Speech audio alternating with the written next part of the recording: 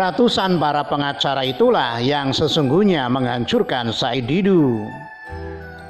Ditulis oleh Ferry Fadli.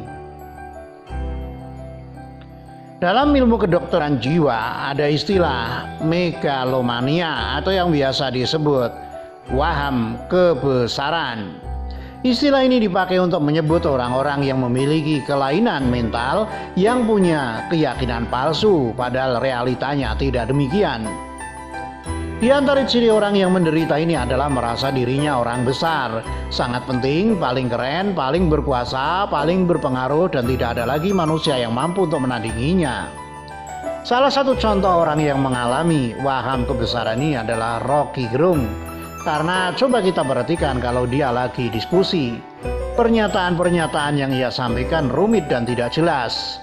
Yang mana hal itu terjadi karena si Rocky mengalami disorientasi pemikiran yang tidak jelas di mana ujung pangkalnya.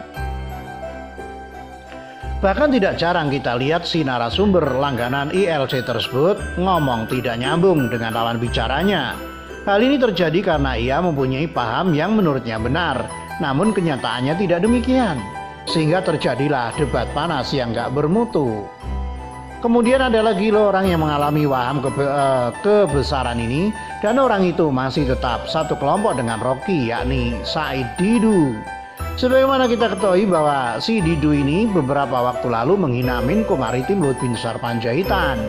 Kala itu dalam sebuah wawancara tanpa tedeng aling-aling ia menuding kalau Luhut itu hanya memikirkan uang dan uang saja, tanpa mau peduli terhadap bangsa ini yang tengah dilanda wabah corona.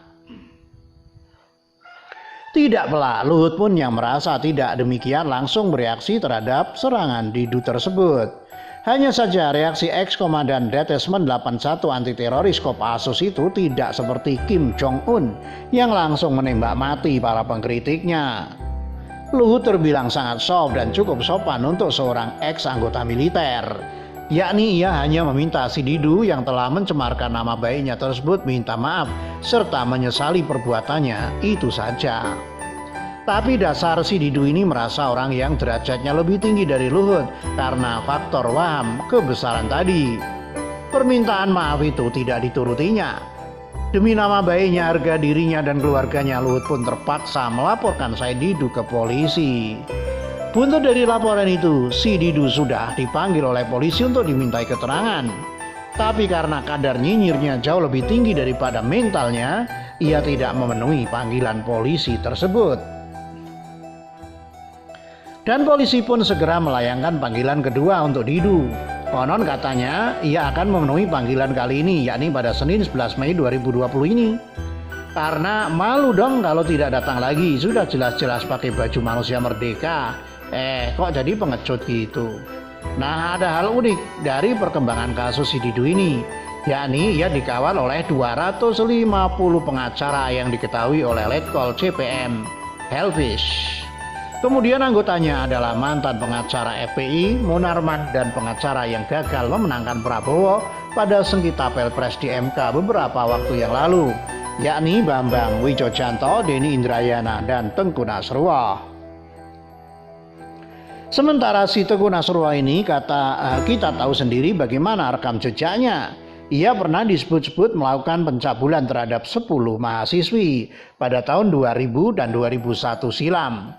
Saat ia masih menjadi dosen di UI, dan akibat dari ulah bejatnya tersebut, Nasrullah langsung dipecat dari UI. Selain itu nggak kebayang kalau Helvish harus bertemu dengan Luhut di persidangan nanti. Letnan Kolonel bertemu dengan jenderal gitu loh. Minimal ia harus hormat gerak dan tunduk kepada Luhut. Kalau nggak mau disuruh push up 100 kali. Bikin malu aja si Didu ini. Letkol kok disuruh tarung lawan jenderal, jelas nggak seimbang lah. Hanya saja, kalau diperhatikan lebih jauh, sebenarnya yang menjerumuskan Said Didu ini adalah para pengacara pendukungnya tersebut dan para netizen yang membelanya lewat tagar. Karena dengan dibela, ia akan semakin tinggi hati, sehingga semakin enggan meminta maaf dan mengakui kesalahan. Padahal untuk saat ini, hal yang paling mudah, aman, dan efisien untuk Didu bisa bebas dari penjara adalah dengan meminta maaf kepada Luhut. Tidak ada pilihan lain selain itu. Lagian pula mungkin dikiranya putusan bersalah atau tidak seorang terdakwa di pengadilan itu berdasarkan voting para pengacara, sehingga sebegitu noraknya menyiapkan pengacara sebanyak itu. Padahal kenyataannya cukup 2 alat bukti saja, seorang sudah bisa dinyatakan bersalah menurut hukum. Mau dibela ratusan atau bahkan mungkin ribuan pengacara kayak nggak ada pengaruhnya sama sekali. Apalagi untuk para pengacara merupakan mantan pengacara Prabowo di Pilpres 2019 lalu. Yang kita tahu sendiri kualitasnya bagaimana, seperti mengajukan gugatan salah alamat, menyajikan bukti yang tidak kuat, tidak lengkap dan berantakan, serta mengajukan dalil yang tidak relevan. Jadi si Didu ini meskipun sudah didukung lewat tagar oleh netizen dan didukung oleh banyak pengacara, tidak menutup kemungkinan ia tetap akan dijebloskan ke penjara.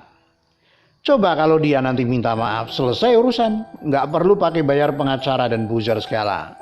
Emang kalau masuk penjara, para pengacara itu mau nemenin? Kagak Ferguson, karena mereka mau cari duit lewat kasus lain.